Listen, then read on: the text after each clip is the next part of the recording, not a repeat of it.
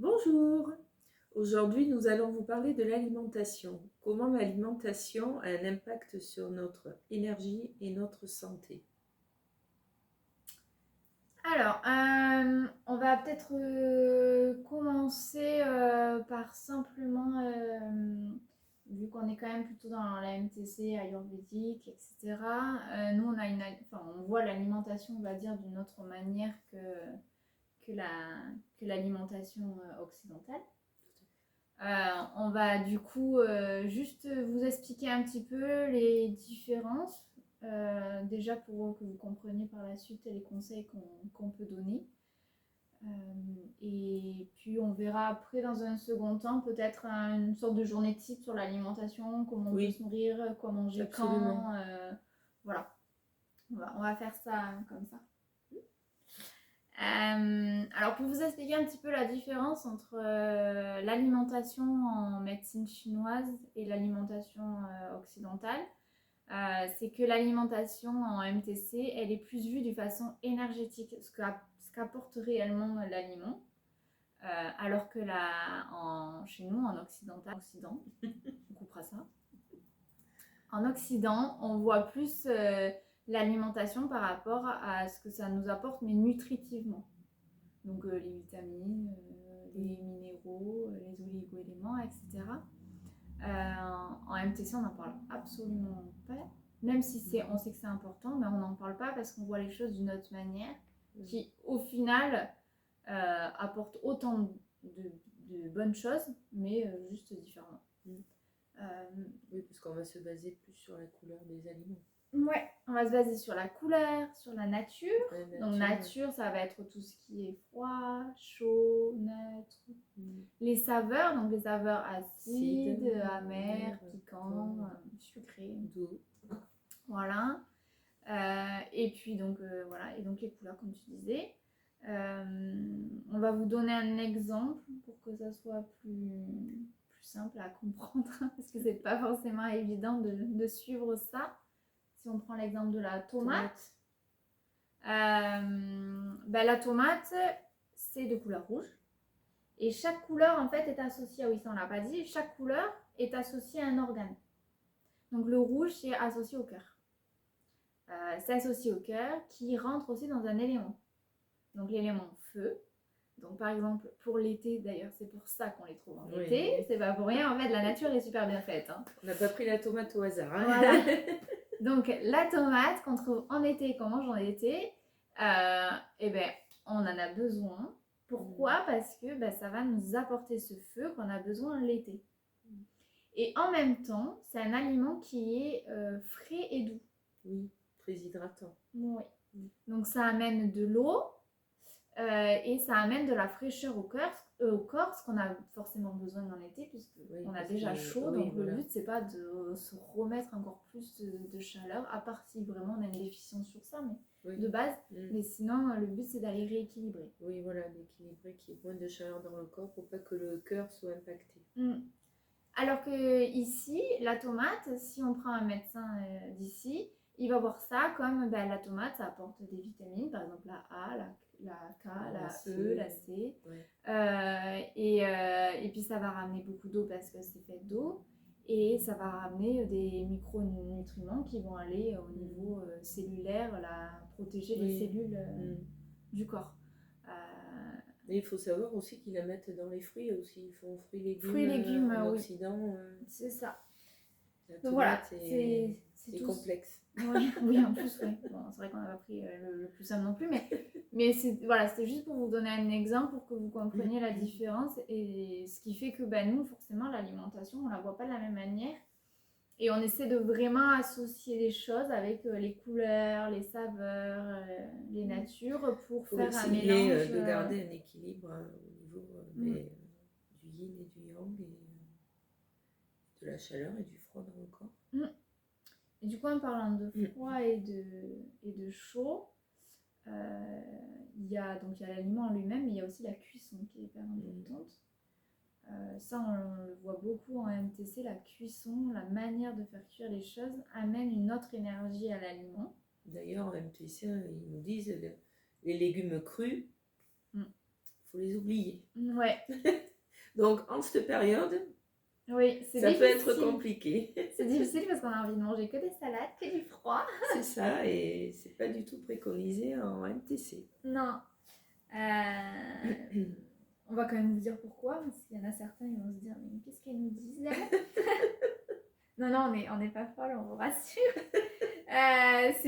C'est juste qu'on a un feu digestif qui est à 37 degrés en gros, hein, à la température de notre corps.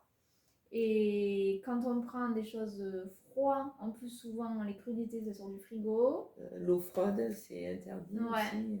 Donc du coup ça fait que ça va éteindre notre feu digestif. C'est comme en gros, si vous mettez le gaz sur votre casserole et que vous versez de l'eau dessus, je suis pas sûre que ça va cuire quoi. Voilà. Ben, là c'est un peu le même principe. Notre bol digestif il a besoin de chaleur et de cuisson pour être transformé.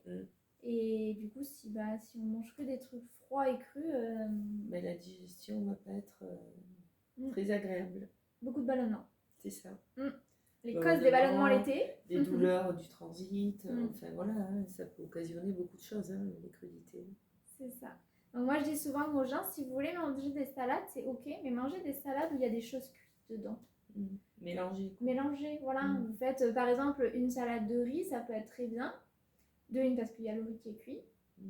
Et de deux, parce qu'on peut rajouter des légumes cuits dedans. Oui. Même si on les mange, on attend que ça refroidisse. On peut les manger avec une petite vinaigrette aussi, ce qui est bon avec une bonne huile. Ça permet quand même d'avoir l'impression de manger une salade. De terre, ou pareil, partir sur une base cuite. Bon, se faire plaisir si on a envie de mettre quelques petits... de la tomate, par exemple. Et puis... mais privilégier quand même du cuit, quoi, qui sera plus digeste pour l'estomac. Oui, c'est ça. Au niveau donc, de la cuisson, il peut en avoir plusieurs. Celles qui sont les plus courantes, c'est à l'eau, à la vapeur, au four, à la poêle, à l'étouffée. Oui, il y a quand même... il y a quand même plusieurs barbecues en ce moment, quand même, faut oublier. Barbecue l'été, c'est important. Pas cramé. Non, c'est ça, quand ça gêne. C'est ça. Mais mais juste, voilà, il y a plusieurs cuissons.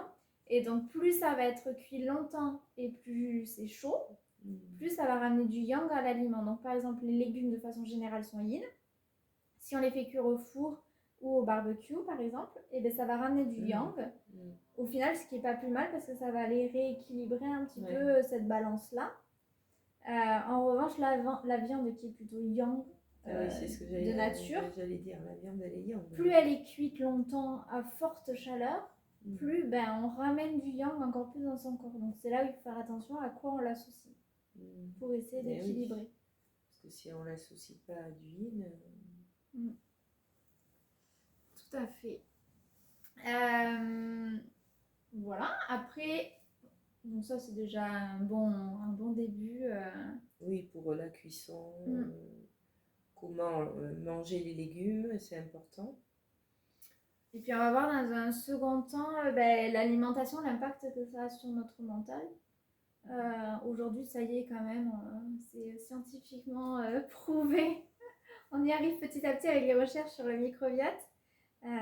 L'impact qu'il y a selon ce qu'on mange, c'est vrai qu'on n'a quand même pas la même énergie et la même du coup forcément. C'est vrai que si on mange que des légumes, par exemple, il va nous manquer l'énergie des féculents. Ce que tu me dis souvent, parce que je ne mange pas trop de féculents. De peur de grossir, je précise. Mais en fait, c'est une idée reçue. C'est une idée reçue parce qu'il faut vraiment que dans votre assiette, il y ait des protéines. On peut mettre une bonne 200 à 300 grammes de légumes. Et puis, sur les féculents, être quand même un peu plus léger. Selon les besoins pomme de chacun. ou du riz, ou de la semoule. Enfin, voilà, ce que vous aimez, patates douces, etc. Mais c'est vrai qu'il faut essayer de privilégier les trois pour avoir un équilibre, on va dire, parfait à peu près. Oui. Et puis il y a un autre truc qui existe dans notre corps quand même, qui est important et qui va gérer le lien entre notre ventre et puis notre cerveau. C'est ce fameux nerf vague que vous avez dû déjà entendre parler. C'est l'un des plus grands nerfs du corps. Et c'est celui qui a le plus de petites branches, qui va un peu partout. Donc il part de notre tronc cérébral et puis il descend au niveau de l'intestin et il est un peu partout sur notre système digestif, un peu comme une toile d'araignée. Et il y a des messages en permanence entre le haut, le bas, le haut, le bas. D'où le besoin d'y travailler dessus. C'est ça. Et ben, du coup, on s'aperçoit que si on prend soin de notre ventre, de notre digestion, de ce qu'on met dans notre assiette, et ben forcément, on prend soin de notre mental, de nos émotions, de nos ressentis. Et c'est là où l'alimentation est notre premier médicament. Ah mais oui, c'est sûr. De toute façon, si on ne s'alimentait pas, on ne survivrait pas longtemps. Non. Quelques jours et ça deviendrait compliqué. Donc très important l'alimentation et l'équilibre du nerf vague. Plus l'activité physique, plus le sommeil. Oui, c'est un tout, mais l'alimentation, je pense que déjà, c'est 80% en fait du bien-être. Oui, et puis l'alimentation, c'est la santé. Hein. Parce que suivant ce que tu manges, ça se reporte dans ton corps. Et si tu manges mal, à un moment donné, en vieillissant, tu vas avoir du cholestérol, tu vas avoir du diabète, si tu manges trop de sucre. Voilà, donc faut faire attention à trouver un équilibre dans son alimentation. Alors on ne dit pas de tout enlever, hein. Ça peut arriver, on peut manger un bon gâteau, se faire plaisir ou une bonne glace l'été. Mais faut pas que ça soit... Plaisir. Voilà, faut pas que ça soit constamment. Non. Voilà. Faut savoir trouver un juste milieu. Oui.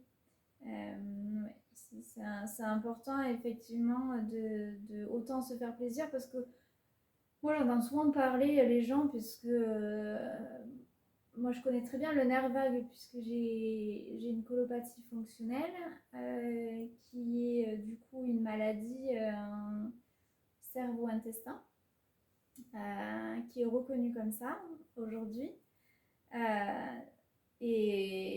et quand on a une maladie comme ça, c'est juste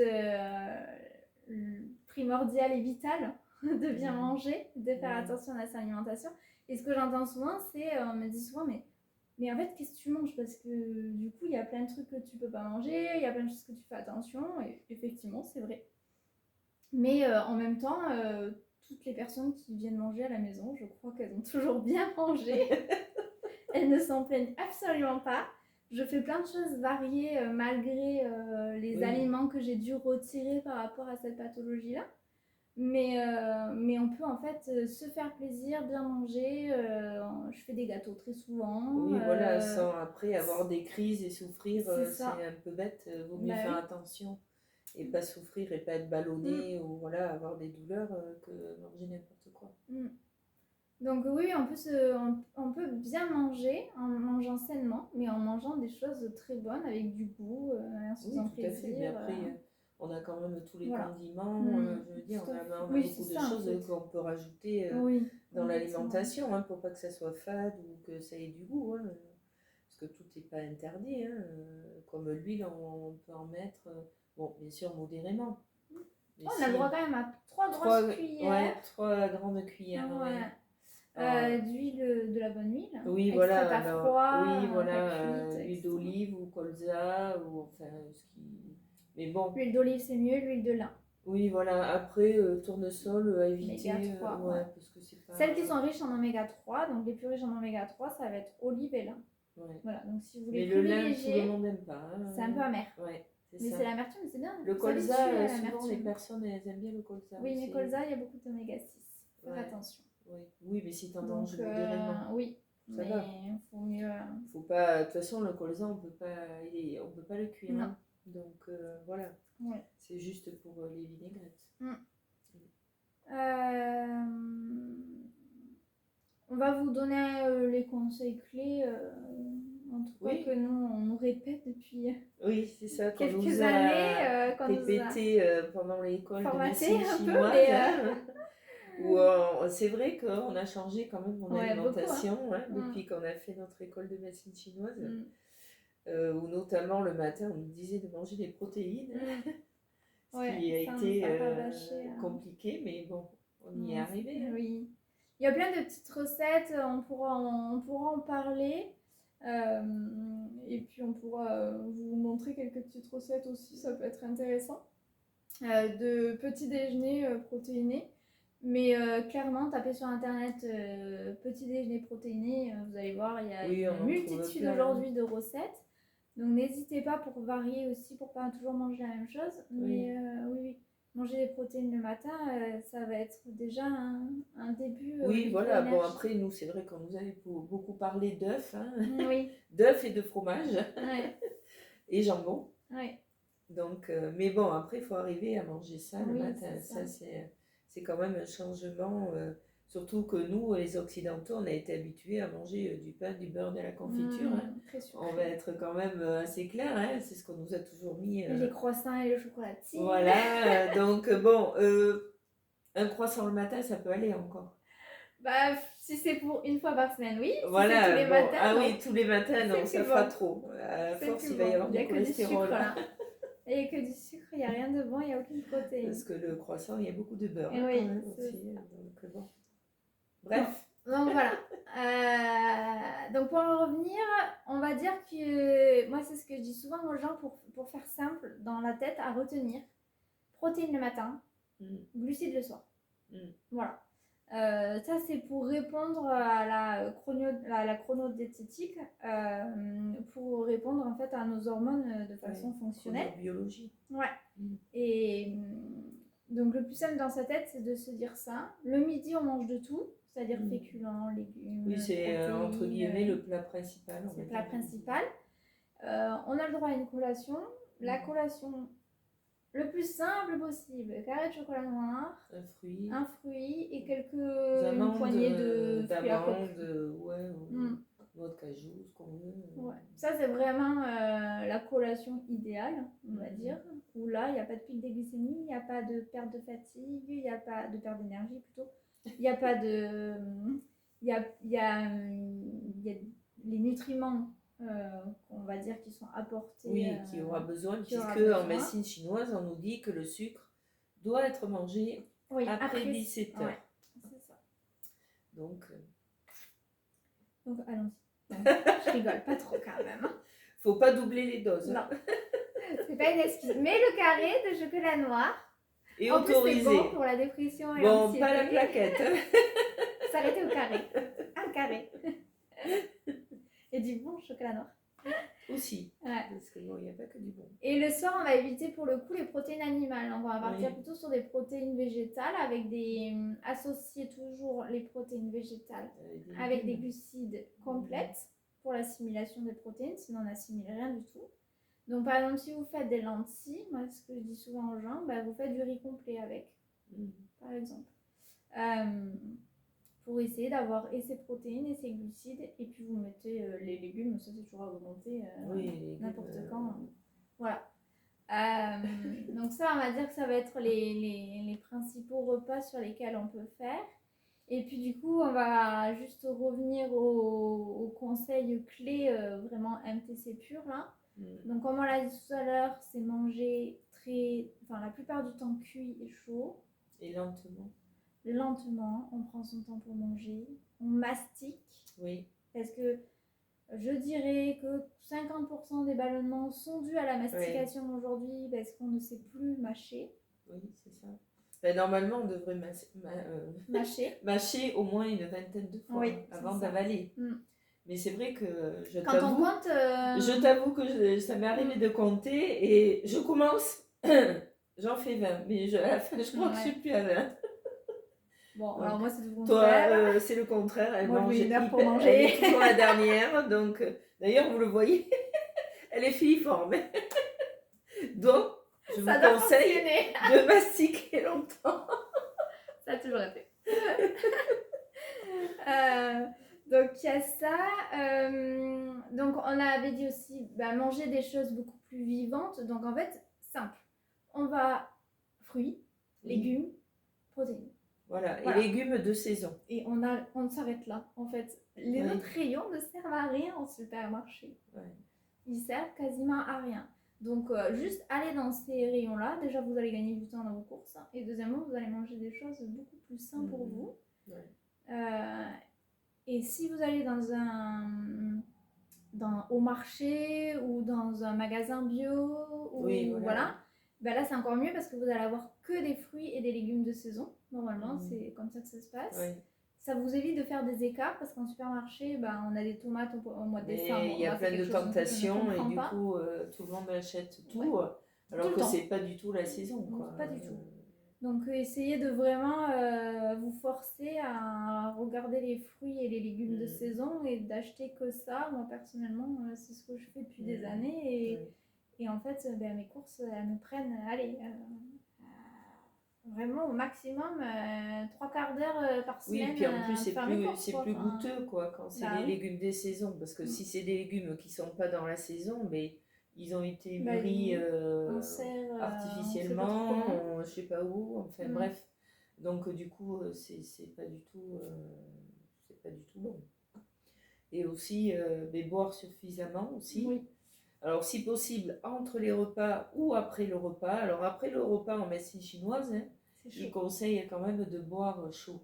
Pour le feu digestif aussi. Voilà, pour privilégier la digestion et que ça reste à 37 degrés, pour que les aliments aient un bon bol alimentaire et que la digestion se fasse correctement. Et puis essayez de ne pas boire pendant le repas. Je sais que pour beaucoup de personnes, c'est très compliqué. Ce que je fais lors de mes retraites et ce qui choque un peu les gens, c'est que je ne mets pas de verre à table. Je mets les couverts, mais je ne mets pas de verre.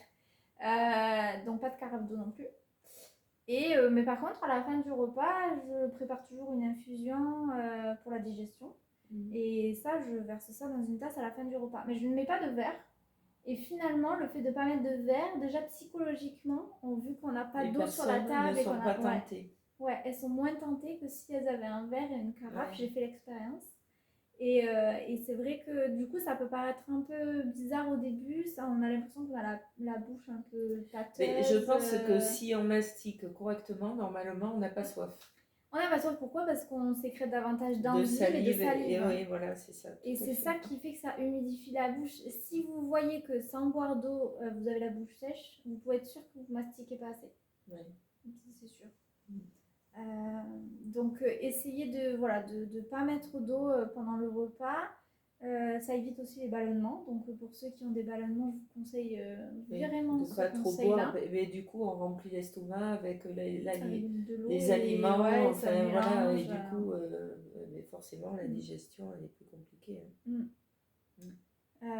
Et puis manger du coup par rapport à la MTC le plus de choses variées, de couleurs, de saveurs, Essayez dans votre semaine d'avoir le plus de différences possibles dans vos assiettes pour optimiser au maximum sur votre semaine. Et pourquoi pas après le repas marcher 30 minutes.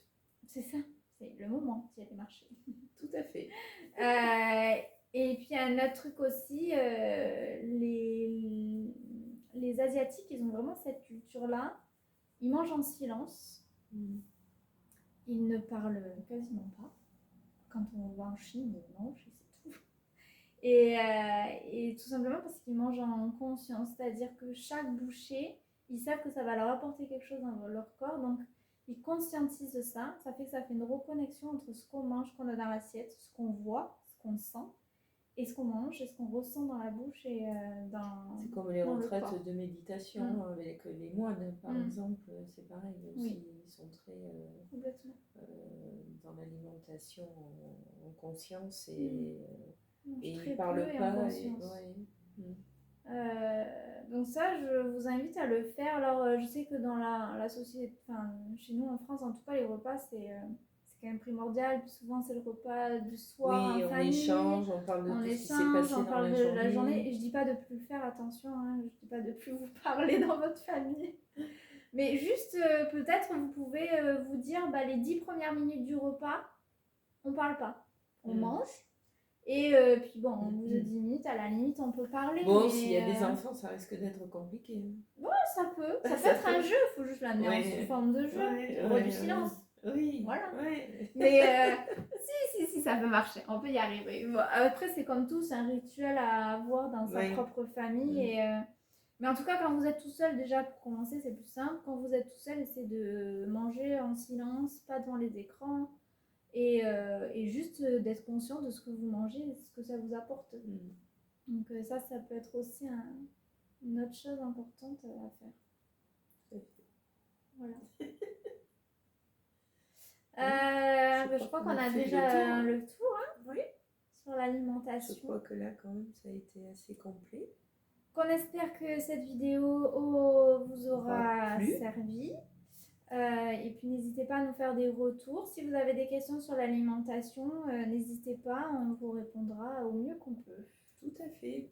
Allez, à la prochaine vidéo. À bientôt.